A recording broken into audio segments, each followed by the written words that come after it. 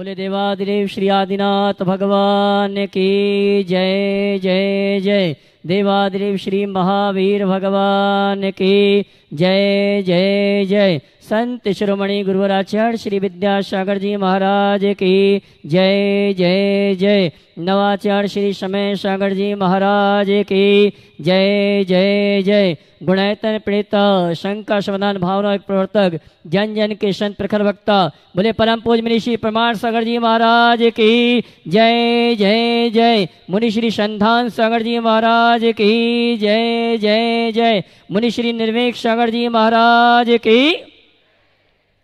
देवी अहिल्या के नगरी मालवा की स्थान इंदौर के आचार्य श्री विद्यासागर सभागार से टीवी चैनल का बहुचर्चित विश्वविख्यात शंका समाधान का कार्यक्रम प्रारंभ करें। उसके पूर्व Paras channel, Janvani channel, Adinath channel और प्रमाणिक ऐप के माध्यम से जिस कार्यक्रम को देख और सुन रहे हैं उन सभी का और यहाँ पर उपस्थित समस्त श्रावक श्राविकाओं का धर्म प्रभावना समिति के साथ साथ सकल दिगंबर जैन समाज हार्दिक अभिनंदन स्वागत करती है। चलते हैं प्रतिदिन की भांति परम पूज मुनिवर के श्री चरण में नमन करते हुए आशीर्वाद प्राप्त करेंगे और निवेदन करेंगे शंका समाधान के कार्यक्रम के लिए दोनों हाथ जोड़ लेंगे और जयकारा लगाएंगे।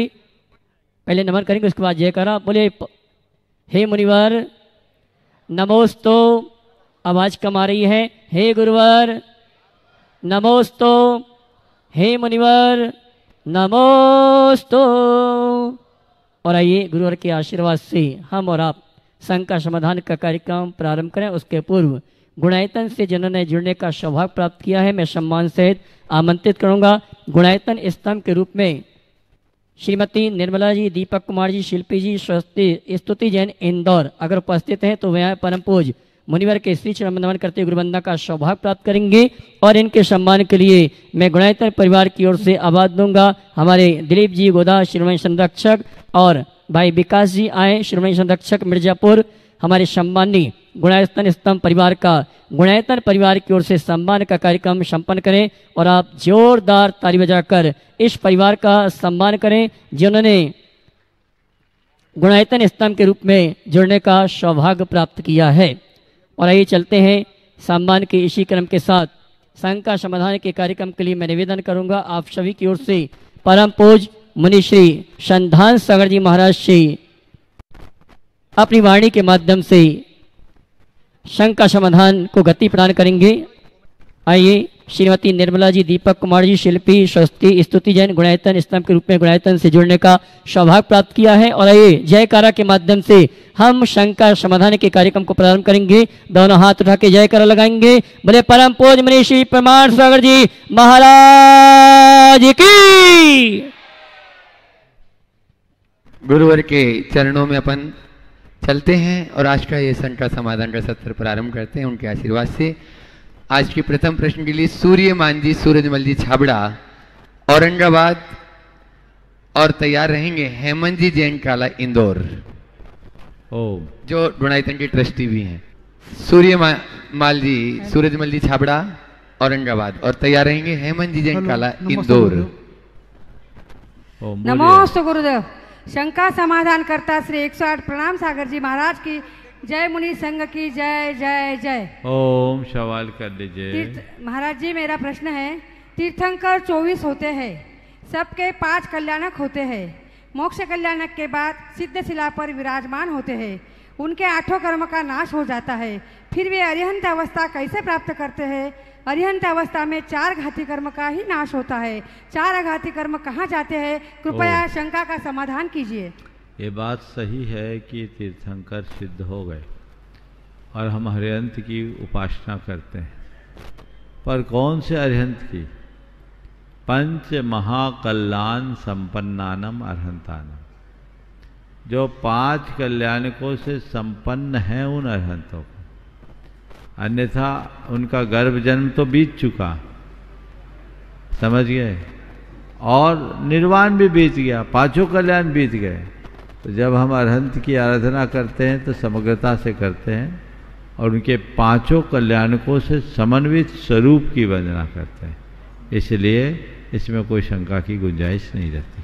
हेमंत जैन जी जो गुणायतन के ट्रस्टी हैं इंदौर से और बोधी जी जैन देवपालपुर तैयार रहें। नमोस्तु नमोस्तु नमोस्तु महाराज जी। इच्छामी इच्छामी इच्छामी। महाराज जी एक बात बोलना चाहूँगा मैं कि जो आहारचर्या में भी आप तप कर रहे हैं, उससे आहारचर्या में जो तप कर रहे हैं आप, उससे आपका शरीर जरूर कमजोर हुआ है, पर आपके चेहरे की चमक बहुत बहुत बड़ी है। दूसरा मुनिवर, आहारचर्या में हम जोके में किस मौसम में किस प्रकार का व कौन सा अन्न का उपयोग करें जो कि महाराज जी के स्वास्थ्य के लिए अनुकूल हो, साथ ही किस प्रकार के फलों का उपयोग करें, कृपया मार्गदर्शन दें। इस मार्गदर्शन के लिए क्या कोई पुस्तक भी लिखी गई है, क्योंकि क्या विरोधी प्रकृति की चीजें हम लोग खिला देते हैं अनजाने में। इसमें तो बहुत विस्तार की जरूरत होगी और मैं चाहूँगा इसमें मैं मार्गदर्शन दूँ, इससे अच्छा है किसी विशेषज्ञ को बुला करके मार्गदर्शन दिलवा दूँ, क्योंकि मैं अपने मुंह से अपनी चर्या के विषय में कहना उचित नहीं समझ। बहुत सारे विशेषज्ञ हैं, आप उनसे विचार करके बातें कर सकते, क्योंकि अनजाने में महाराज जी कई बार विरुद्ध आहार नुकसानदायक होता है और इसका विवेक आप लोगों को होना चाहिए। आप लोगों को तो देने की पड़ती है, ये भी नहीं देखा जाता कि सामने वाले को क्या देना चाहिए क्या नहीं देना चाहिए। एक दफे तो ऐसा हुआ, उपवास के बाद 2 अंतराय शुरू में, माने लगभग 3 उपवास जैसा, और एक के चौके में गया, उसके हाथ में मिर्ची की कटोरी थी और 1 चमचा भर के मिर्ची दे दी, हरी मिर्ची पहले ग्रास। मैंने उसकी तरफ देखा तो उसको ऐसा लगा जैसे उसने बहुत बड़ा काम कर दिया। अब हमने भी कहा ठीक है, मिर्ची खाना है तो परिशस हो। अब विवेक की कितनी कमी है। हमने भी मिर्ची खाई, उस मिर्ची को अंजलि में एक साइड लिया और जब तक मिर्ची खत्म नहीं हुई तो केवल मिर्ची के साथ रोटी खाई, पानी पिया। अब आप सोच सकते हो 1 चमचा कोई मिर्ची खा ले तो पेट का क्या हाल होगा, जलन होता रहा। तो ये श्रावकों को विवेक रखना चाहिए, क्या देना, कब देना, कैसा देना, कितना देना, ये सब समझ करके करना चाहिए। और साधु की चर्या से जो परिचित है उनके हिसाब से चलना चाहिए, अपना दिमाग थोड़ी देर के लिए बांध के एक तरफ कर देना चाहिए। जब आप लोग अपना दिमाग लगाने लगते हैं तो बहुत सारी चीज़ें गड़बड़ हो जाती हैं, इन पर आपको विवेक रखना चाहिए। ठीक। बोधि जैन देवपालपुर, और आज हमारे बीच में समर्थ सिटी से महिला मंडल, बाल मंडल, युवा मंडल, कमंडल वालों के चरणों में आए हैं। जरूर एक प्रश्न वो करेंगे। नमोस्तु गुरुदेव, आपके श्री चरणों में बारंबार नमोस्तु। गुरुदेव, हमारा प्रश्न ये है कि आज के इस आधुनिक जमाने में हम जो धर्म कर रहे हैं, ये धर्म हमने अपनी सुविधा के अनुसार बना लिया है। 1 मिनट पहले बोधि जैन देवपालपुर। चलो आप शुरू करो। हाँ शुरू करो। क्षमा चाहता हूँ गुरु। हाँ बात। गुरुदेव, आज के इस आधुनिक जमाने में हमने जो धर्म कर रहे हैं, ये धर्म हमने हमारी सुविधा के अनुसार बना लिया है। हर धर्म क्रिया हम अपनी सुविधा के अनुसार ही चला रहे हैं। तो गुरुदेव, ऐसे धर्म का हमारे जीवन में किस प्रकार का फल निर्धारित है, कृपया मार्गदर्शन करें। देखिए, हमने धर्म को अपनी सुविधानुसार बना लिया, ये कथन ठीक नहीं। धर्म तो धर्म है, संशोधन ऐसा करो कि हमने धर्म को अपनी सुविधानुसार अपना लिया। समझ गए? अगर धर्म को सुविधानुसार बनाया जाए तो उसकी प्रासंगिकता खत्म हो जाए। धर्म सुविधानुसार बनाए जाने की वस्तु नहीं। धर्म सार्वभौमिक और सार्वकालिक तत्व है जो हर वर्ग के व्यक्ति के लिए उपयोगी है। हाँ, ये बात अलग है कि आजकल के तथाकथित पढ़े लिखे लोगों ने या तथाकथित समझदार लोगों ने उस धर्म को अपनी सुविधानुसार अपना लिया। ये उचित नहीं। धर्म में बहुत सारी गुंजाइश तो है, लेकिन धर्म में हमें थोड़ा हिसाब से चलना चाहिए और उसके मूलभूत सिद्धांतों में कोई समझौता नहीं करना चाहिए, तभी हम सफलीभूत होंगे। अपनी सुविधाओं को देखते हुए यदि हम धर्म के मूलभूत सिद्धांतों से विमुख होंगे तो परिणाम अच्छा नहीं है। नमोस्तु गुरुदेव। गुरुदेव, एक निवेदन यह भी है कि आप जल्द से आपके कदम हमारे समर्थ सिटी परिवार में भी पड़ें, यही हम कामना करते हैं प्रभु। भावना भाव बहुत बहुत आशीर्वाद। समर्थ सिटी महिला मंडल भी इनके साथ में एक प्रश्न कर लेंगे, उनका भी है। और उसी के साथ में एक छोटा सा बालक है आदिश जैन, जिसने अपने महाराज जी की बहुत ही सुंदर स्केच किया है, यदि वह लाए तो वहीं से दिखा लेगा और आशीर्वाद भी प्राप्त कर लेगा। चलो बोलो। नमोस्तु महाराज श्री, नमोस्तु महाराज श्री। महाराज जी, मेरा यह प्रश्न है कि यदि व्यक्ति किसी मंदिर ट्रस्टी से या किसी पर्सनल जो मंदिर बनाया है उससे अगर किसी से कहासुनी हो जाती है तो वो लोग आके मंदिर आना छोड़ देते हैं, तो ऐसा करने से उनको किस उसकी पाप का वो लगेगा, भागी बनेंगे या हम लोग का कोई पुण्य की कमी रह जाती है? देखिए, सबसे पहली बात तो मंदिर में किसी से कहासुनी होनी ही नहीं चाहिए, और यदि कहासुनी हो जाए तो एक दूसरे से क्षमा मांगकर क्षमा कर देना चाहिए। और यदि कोई ऐसा नहीं भी करता तो हमें व्यक्ति से बुराई है, भगवान से थोड़ी। मंदिर आना छोड़ना तीव्र पाप कर्म का उदय है, हमें उससे बचना चाहिए। महाराज जी, नमोस्तु महाराज। नमोस्तु महाराज जी, एक जिज्ञासा है। बच्चा, बस हो गया, बच्चे को दीजिए। डॉक्टर, हाँ बच्चा, अगला नाम बोलो। एक बार जोरदार ताली बजा दीजिए पूज्य महाराज श्री जी की और गुरुवर आचार्य गुरुवर की। बहुत ही सुंदर चित्र है, इस छोटे से बालक 10-12 वर्ष की उम्र में आदिश जैन ने बनाया। और अब बालक का 4th क्लास से ही स्केच में बहुत मन था, लेकिन हम इसे आगे स्केच में और बढ़ाएं कि नहीं बढ़ाएं आर्किटेक्ट में? अच्छा है, बच्चे के अंदर नैसर्गिक प्रतिभा है, इसे उभरने का अवसर दीजिए। विपुल जी जैन जो अनेक संस्थाओं के अध्यक्ष और प्रांताध्यक्ष हैं, वे अपना प्रश्न करेंगे और उसके बाद में आज अपने सत्र में सुप्रीम कोर्ट के एडवोकेट श्री विजय जी साधना जी जैन यहाँ पर उपस्थित है दिल्ली से। जोरदार तालियों से उनका स्वागत भी करेंगे। और मैं गुणायतन के मुख्य विधि सलाहकार भी हैं और कमेटी से धर्म प्रभावना कमेटी वहीं पर जाकर उनका स्वागत अभिनंदन भी करेगी। विपुल जी जैन अपना प्रश्न करें, समय बीच में न गवाएं। पूज्य गुरुवर के चरणों में बारंबार नमस्तु। उपस्थित मुनि संघ को नमस्तु। गुरुवर बोलो।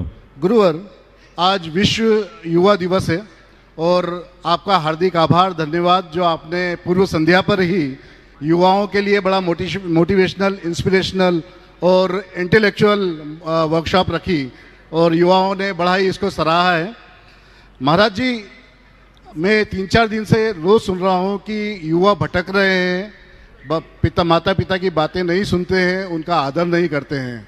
आज इस विशेष दिन पे, युवाओं के विशेष दिन पे उनका पक्ष रखते हुए मैं कहना चाहूँगा कि आज की जो स्थितियाँ हैं, टेक्नोलॉजी में रोज नित नए परिवर्तन है, विकसित राष्ट्र की परिकल्पना रखी जा रही है, उसमें युवाओं का सहभागिता सोची जाती है, अपेक्षा रखी जाती है और खुद के करियर के लिए वे भटक रहे हैं। तो निश्चित रूप से ऐसी परिस्थितियों में वे उनकी क्या मनोदशा है, वो अभिभावक कैसे समझे, अभिभावक उनके साथ कंधे से कंधा मिलाकर मित्रवत कैसे उनका सहयोग करें और विकसित राष्ट्र की परिकल्पना में कैसा सहयोग कर सकते हैं। और जैसा कि पहले हुआ करता था, पूर्ववत की माता पिता से बच्चे सीखा करते थे, लेकिन बच्चों से आजकल माता पिता सीख रहे हैं। समझ गया। तो कैसे सहयोग कर सकते हैं हम सब? बहुत अच्छा सवाल आपने युवा दिवस के दिन उपस्थित किया। यद्यपि इस विषय में हमने कल मार्गदर्शन भी दिया है, इस विषय में हमने कल मार्गदर्शन दिया है, लेकिन आज आपने इसे नए संदर्भ में बात उठाई। युवा और उनके अभिभावकों के मध्य कैसा तालमेल बने, कुछ पंक्तियां मैं सुनाना चाहूँगा।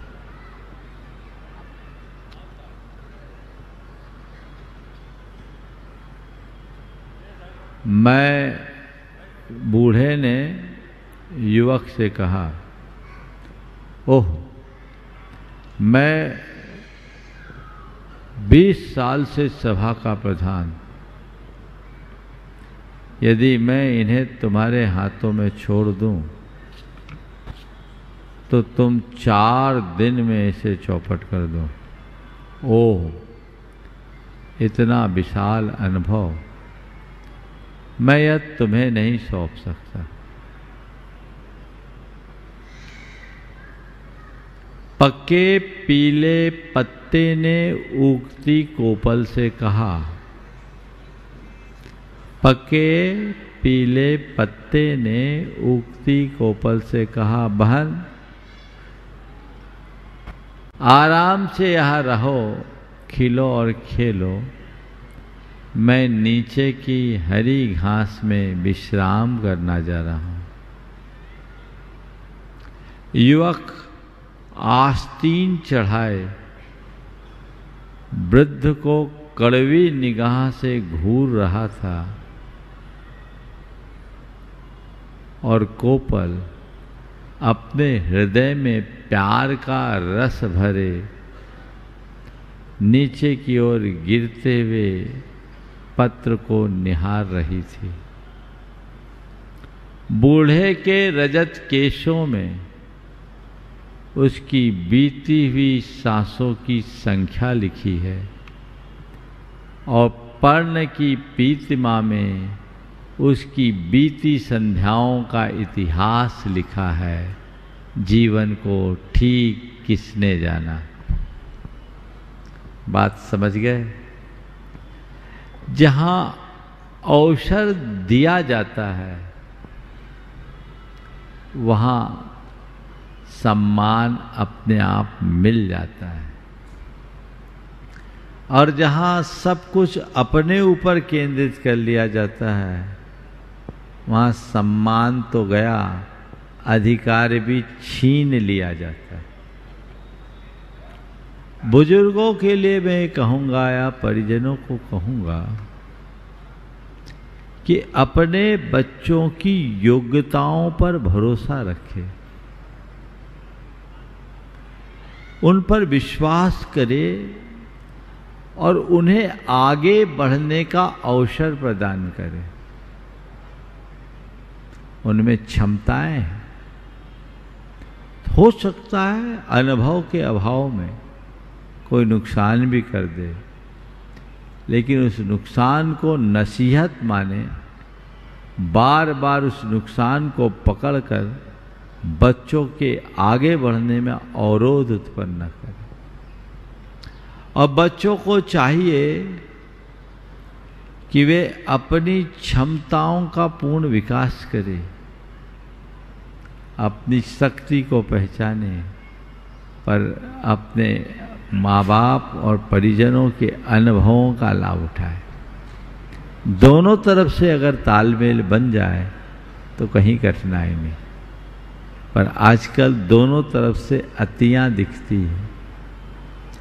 बड़ों को अपने बच्चों के प्रति संशय रहता है, और बच्चे आजकल पढ़ लिख कर इतने अभिमानी हो जाते हैं कि अपने माँ बाप को एकदम बेवकूफ़ समझते हैं, उन्हें कुछ गिनते ही नहीं, और कभी कुछ होता है तो टकासा जवाब भी दे देते हैं। दोनों परिस्थितियां विषमताओं को जन्म देती हैं, हमें इससे बचना चाहिए। हाँ, ओम। गुरुदेव, एक पेरेंटिंग, उचित पेरेंटिंग, प्रगतिशील बच्चों की उचित पेरेंटिंग के पे भी एक वर्कशॉप रखी जा सकती है। जरूर जरूर, आप प्रस्ताव रखिए, उस पर विचार होगा। हाँ, आज अपने इस सत्र में गुणायतन के विधि सलाहकार जो अपनी सेवाएं गुणायतन में दे रहे हैं, ऐसे एडवोकेट साधना विजय जी जैन दिल्ली से अपने बीच में जोरदार तालियों से उनका स्वागत अभिनंदन करें आप लोग सभी, और धर्म प्रभावना समिति के पदाधिकारी वहीं जाकर उनका सम्मान कर दें। तैयार रहेंगे महेंद्र जी टाया, उदयपुर, शिरोमणि संरक्षक गुणायतन। नमोस्तु गुरुदेव। गुरुदेव, पेड़ से एक सेब नीचे क्या पृथ्वी पर गिरा? फिर से बोलिए। पृथ्वी से, पेड़ से एक सेब नीचे पृथ्वी पर क्या गिरा कि न्यूटन ने पृथ्वी के गुरुत्वाकर्षण की खोज कर दी। गुरुदेव, पृथ्वी पर रहने वाला इंसान हर समय नीचे गिरता जा रहा है, फिर भी वह इंसानियत की खोज क्यों नहीं कर पा रहा है? गुरुदेव कृपया समाधान कीजिए। बहुत अच्छी बात है। गिरते हुए सेब को देखकर न्यूटन ने गुरुत्वाकर्षण के सिद्धांत का आविष्कार कर लिया, पर गिरते हुए इंसान को देखकर अभी इंसानियत की खोज क्यों नहीं गई? इसकी एक ही वजह दिखती है कि गिरता हुआ शेर तो दिख जाता है, पर गिरता हुआ इंसान नहीं दिख पाता। जिस दिन गिरते हुए इंसान को हम देखने की दृष्टि प्रकट कर लेंगे जी, उसी दिन इंसानियत की खोज शुरू हो जाएगी। प्रयास करें। नमोस्तु गुरुदेव। ओ चलिए। अपने बीच में जब गुरुवर का चातुर्मास उदयपुर में हुआ, बहुत ही अहम भूमिका उन्होंने निभाई, और ऐसे महेंद्र जी, सावित्री जी टाया आज यहाँ पर उपस्थित हैं।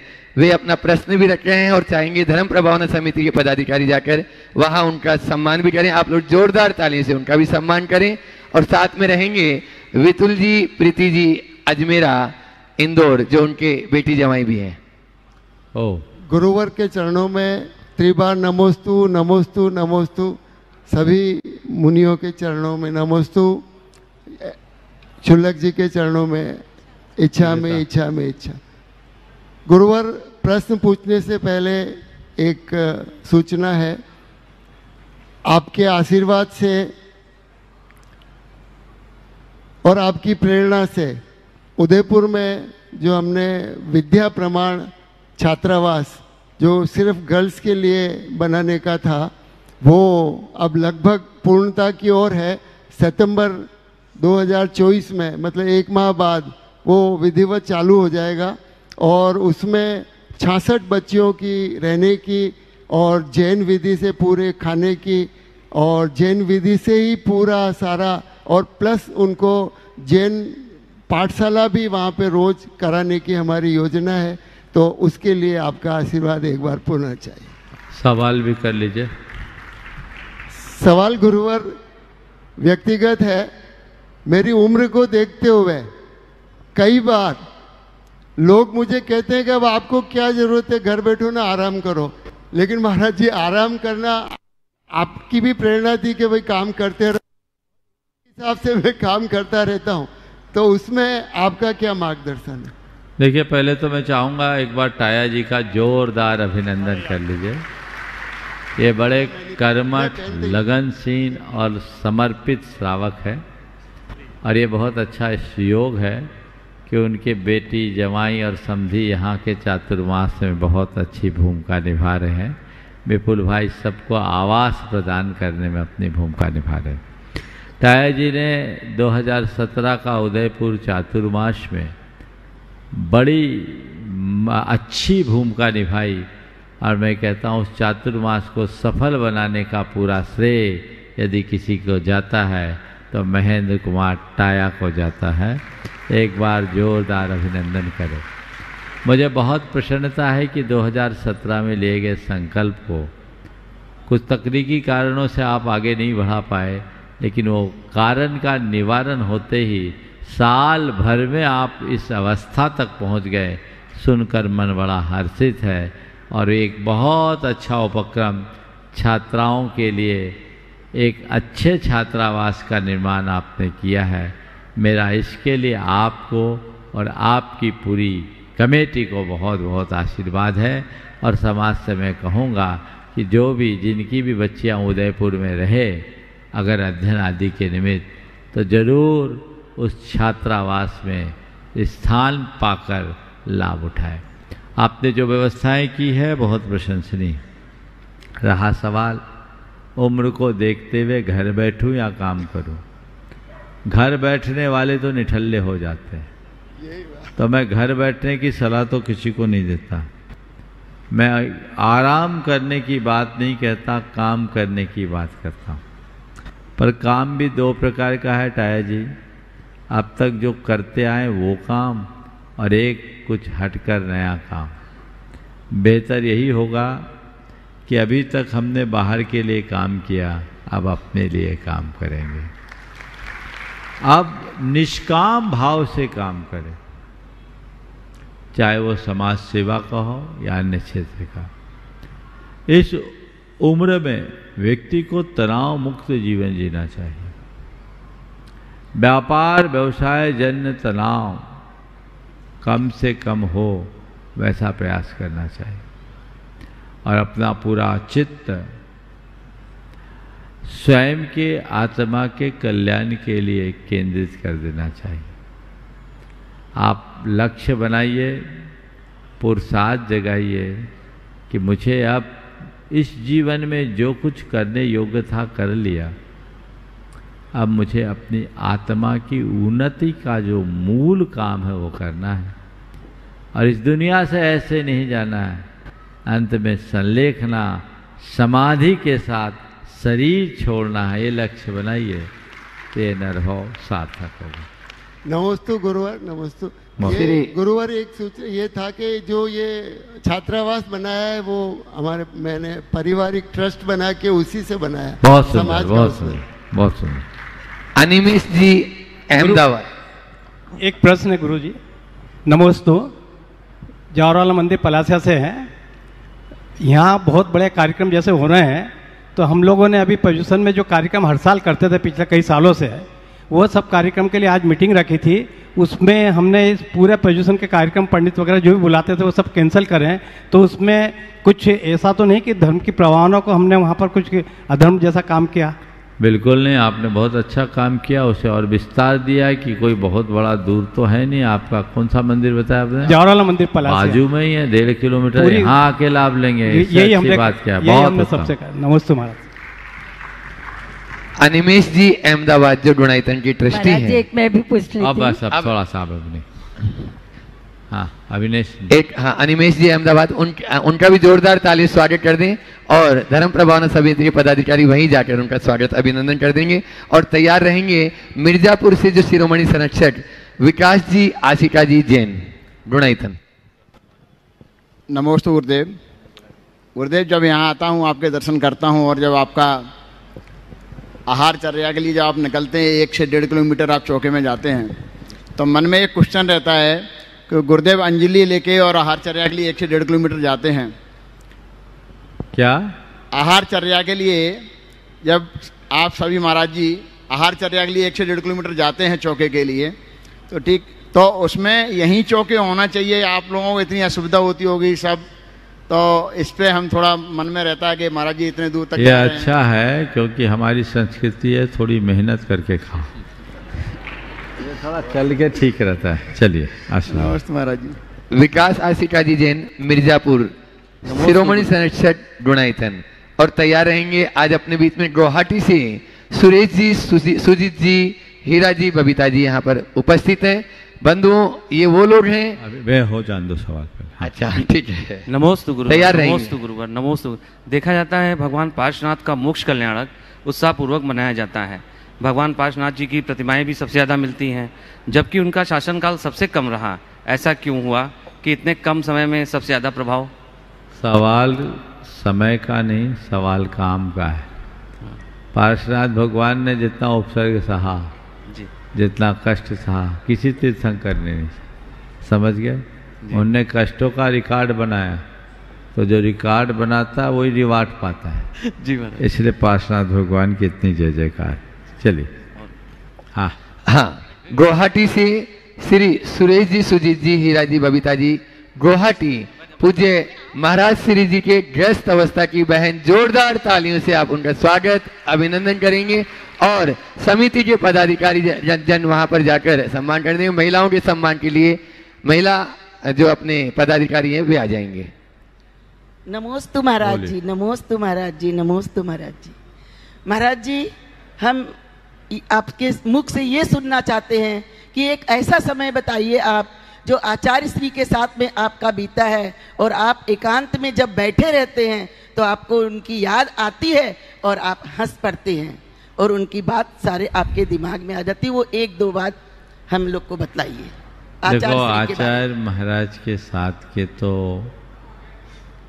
इतने एहसास हैं कि यदि मैं उन पर प्रकाश डालना शुरू करूं तो पूरा दिन निकाल दूं तो कम होगा, लेकिन अभी उसके लिए समय नहीं। फिर भी आपने पूछा है तो मैं ये कहना चाहूँगा, मेरे मानस पटल पर आचार्य महाराज की तरफ जब भी दृष्टि जाती है तो वो क्षण मेरे मानस में हमेशा उभरते रहते हैं जब उन्होंने अपने कर कमलों से मुनि दीक्षा के संस्कार मुझे दिए और दिगंबरत्व को धारण किया। और उस समय उन्होंने जो 2 बातें कही थी वो मैं सदैव याद रखता हूँ। उन्होंने कहा था कि ये मत सोचना कि मुनि बन गए तो मोक्ष मिल गया, अभी तो केवल मोक्ष मार्ग की शुरुआत हुई। और दूसरी बात उन्होंने कहा था कि मैं तुम्हें जो दे सकता था सब दे दिया, अब तुम्हें अपना मार्ग स्वयं तय करना है। तो ये दोनों बातें गुरु की प्रेरणा के रूप में मेरे हृदय में अंकित है और वही मेरा संबल भी बनती। आगे हाँ कर दीजिए। एक बार फिर से इन आगंतुक अतिथियों का अपन जोरदार तालियों से आप लोग सभी सम्मान करेंगे।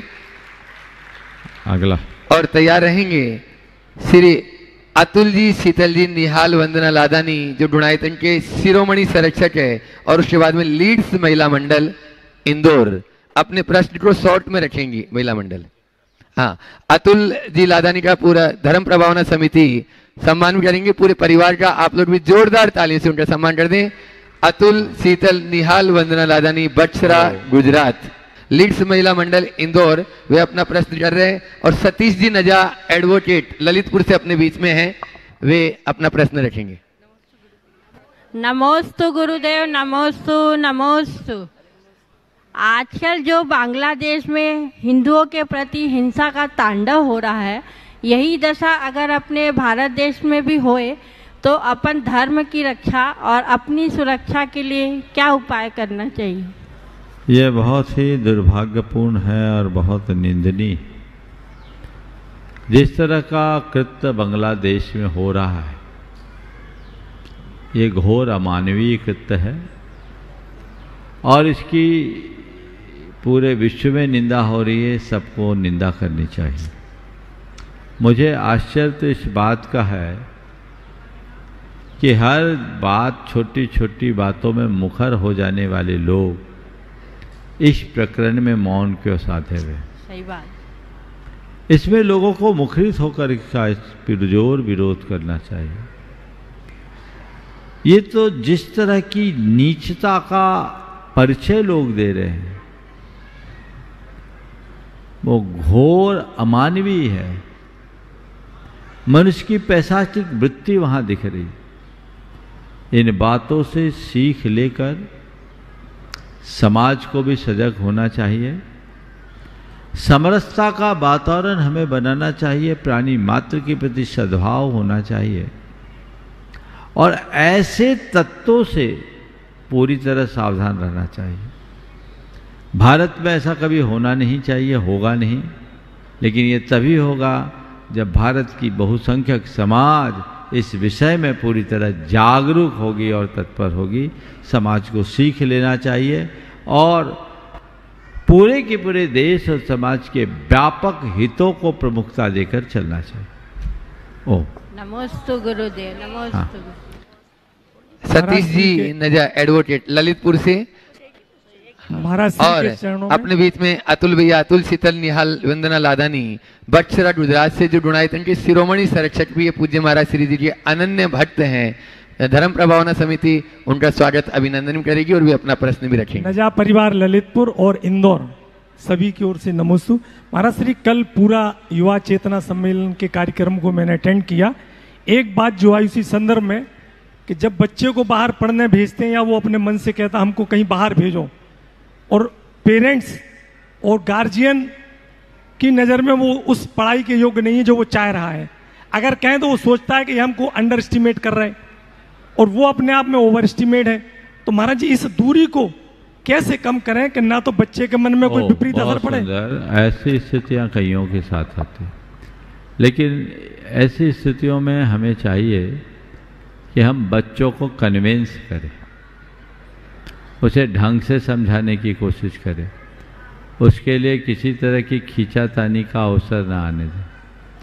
यदि आपने अपने बच्चों का ठीक तरीके से लालन पालन किया है तो आप उसे ढंग से समझाकर अपने साथ सहमत कर सकते हैं। ज़्यादातर अभिभावक दो तरह की अतियाँ करते हैं, या तो सीधे स्ट्रेट फॉरवर्ड बच्चों को मना कर देते हैं अथवा उनकी सब बातों को मान लेते हैं। दोनों अतियाँ हैं। समझा बुझा कर यदि बच्चों को कन्विंस किया जाए तो सारी दुस्थितियाँ ठीक हो सकती। नमोस्तु महाराज जी, नमोस्तु।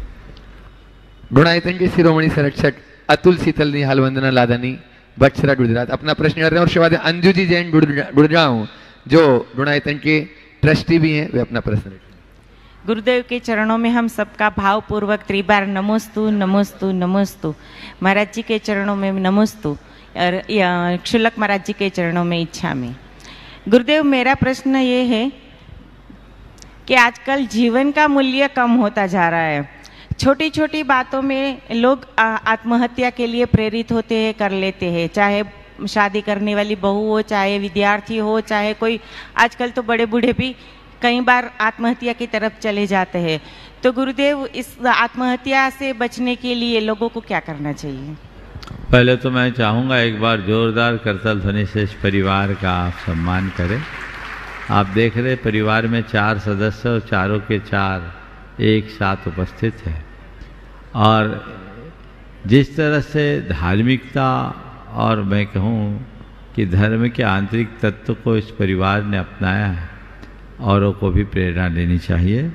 इनकी उदारता, इनकी सहृदयता की सभी को सराहना करनी चाहिए। आपने जो सवाल उठाया है ये बहुत ही गंभीर है। आत्महत्या की बात आजकल आम हो रही है, हमें इसकी वजहों को समझना चाहिए। मेरे देखे आत्महत्या के पीछे 4 प्रमुख कारण हैं। सबसे पहला कारण तो ये है अत्यधिक महत्वाकांक्षा। दूसरा कारण है आवश्यकता से अधिक अपेक्षा। तीसरा कारण है अधीरता, पेशेंस का अभाव। अत्यधिक महत्वाकांक्षा, आवश्यकता से अधिक अपेक्षा, अधीरता, पेशेंस का अभाव, और चौथी बात अंधी प्रतिस्पर्धी मनोवृत्ति।